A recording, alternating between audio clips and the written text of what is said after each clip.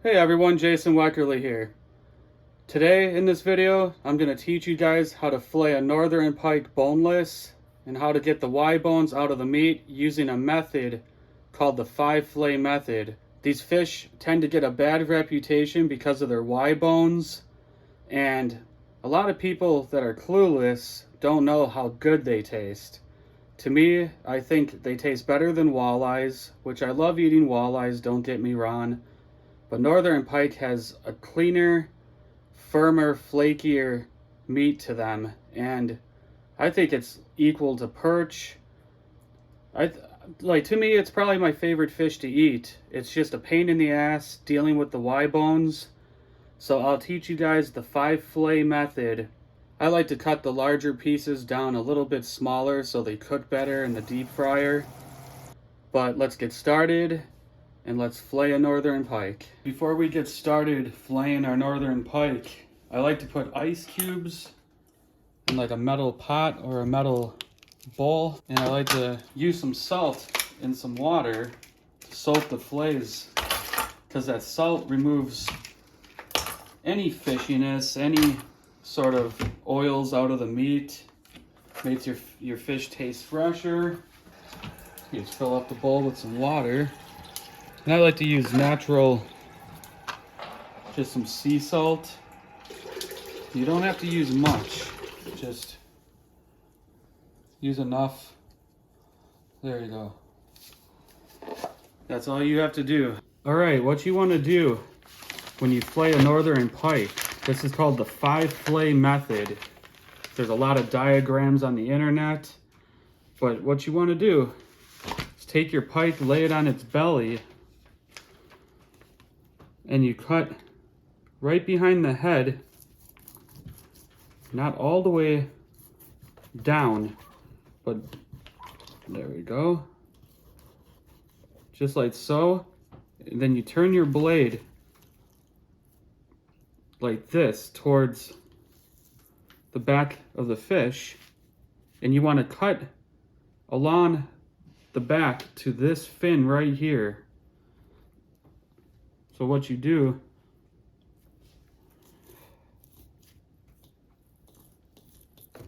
keep cutting.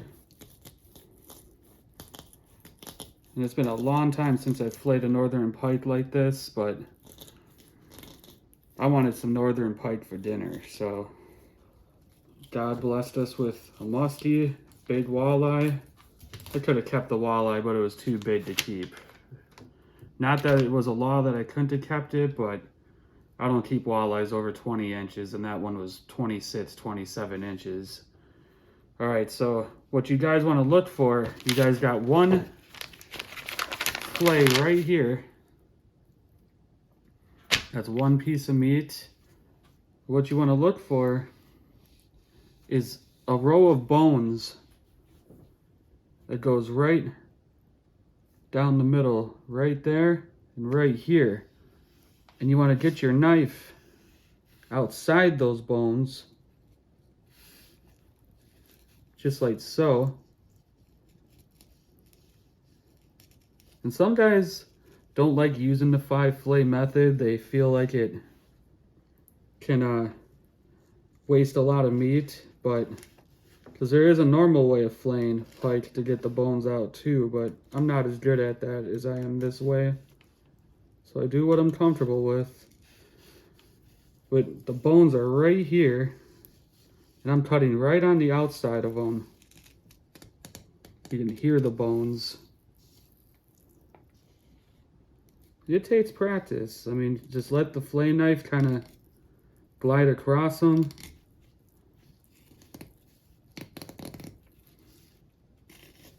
There we go. All right. And I might still have to cut some of the bones out of these fillets too, because, well, sometimes it's not perfect the first time you do it. You got yourself another boneless fillet, which a lot of the meat that's left over is still on the fish. back fin to the tail is a boneless strip of meat, basically. Big boneless fillet where there is no Y bones. You can see that pretty much right there. And then you're just going to repeat the same process to the other side. I'll show you guys one more time. You got your row of Y bones going. It's kind of like you kind of have to feel it with your fingertip.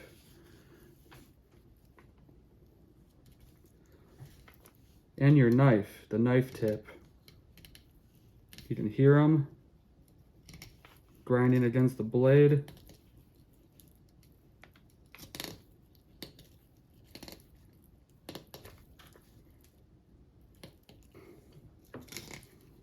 But get yourself a very sharp fillet knife. I'm just using the standard Rapala fillet knives. Rapala, however you say it, but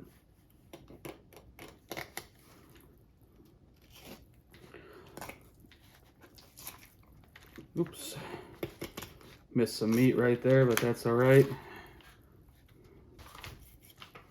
There we go. Again, from there, you go back.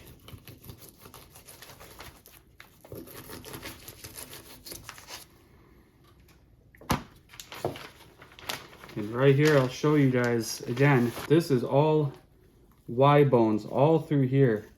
You can actually see them sticking up.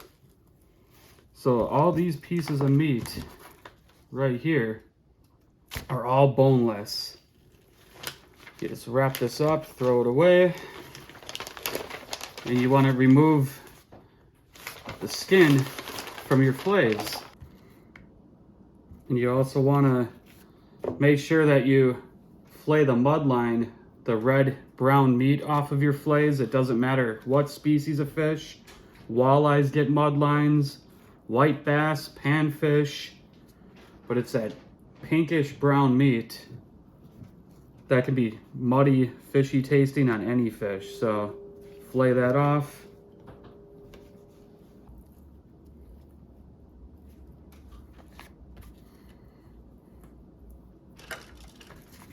Part of the northern pike filleting is feeling for bones. Even if you are perfect at filleting pike, you can still miss some bones, and you don't want to swallow those bones.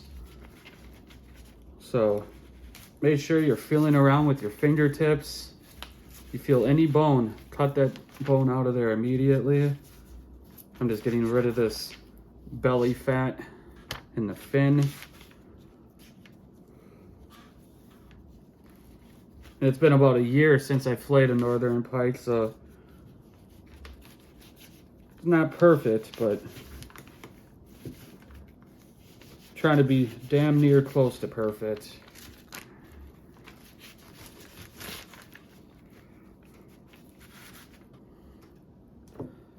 And right there, some rib meat. But these are not Y bones, these are just ribs. I'm cutting the rib meat out of the fillet.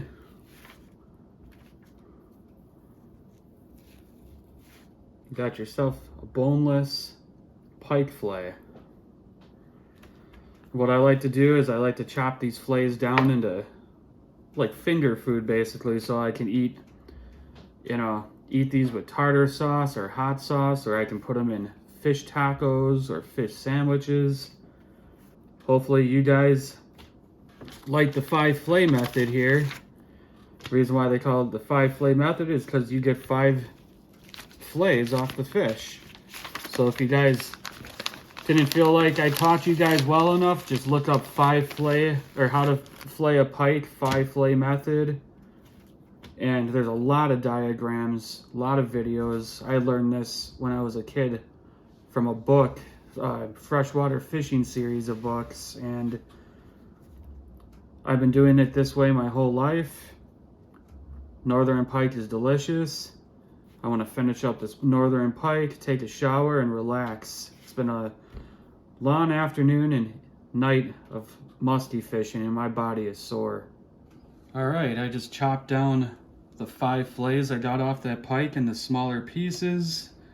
And, well, I wanted to warn you guys, when you put ice in salt water, try not to leave your hands in there for too long, because there's a chemical reaction between the ice and the salt that makes the water a lot more cold, and you're more susceptible to frostbite. So if you're going to be handling your fillets in this cold water, you'll feel it on your hands. When I was trying to take these fillets out of here to show you guys all the pieces I got off of this northern pike, my hand froze pretty damn good. So just remember, chemical reactions with salt and ice. But that's why this ice water salt method is so good too, because we're fishing late summer, early fall right now. It's actually early October and we're still dealing with water temperatures in the 60s and 70s. It hasn't cooled down that much at all. We were fishing cold front today and it only got up to 68 degrees today during the day, but when we left the lake it was 56. So it's kind of our first major cold front here in southern Wisconsin this year. But this ice and salt water method gets these, really chills down these fillets, firms them up, makes them a lot more flaky and tasty when you're eating them. The salt brings out all the oils and all the crappy taste that's in fish, which northern pike, walleyes, perch, bluegills, they're not very fishy tasting as it is, but I'm not someone who can handle any sort of fishiness when it comes to eating fish, so I tend to use salt water and ice. Whether or not I'm catching fish out of warm water, cold water, it doesn't matter. Give them the ice bath with the salt, and I promise you, you'll thank me later with tasty fillets, when you're eating tasty fillets. Alright, well, I just took my shower and I let the fillets soak in the ice water, the salty ice water in the refrigerator. But you don't want to soak your fillets in salt water for too long. Don't do it like overnight or for 24 hours. Only do it for maybe 4 hours or less, because the salt water can act as a brine and it can actually make your fillets soak the saltiness into the meat, making your fillets too salty, sometimes breaking down the meat. But if you do this for 4 hours or less in that ice water bath with the salt, it firms the fillets up, it cleans out the fillets like I was telling you. And you just want to take tin foil, since we're going to make these fish tomorrow for dinner. You just want to wrap them up just like so.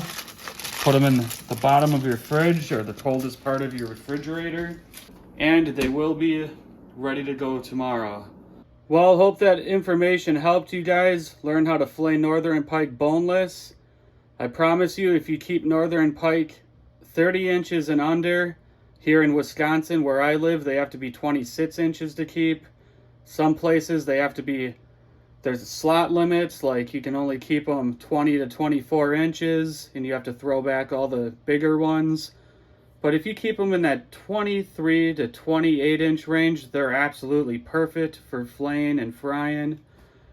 But make sure you know what your regulations are before you keep any northern pike. In some places I fish, they have to be 40 inches long, which is way too big to keep. Those are spawning fish, trophy fish.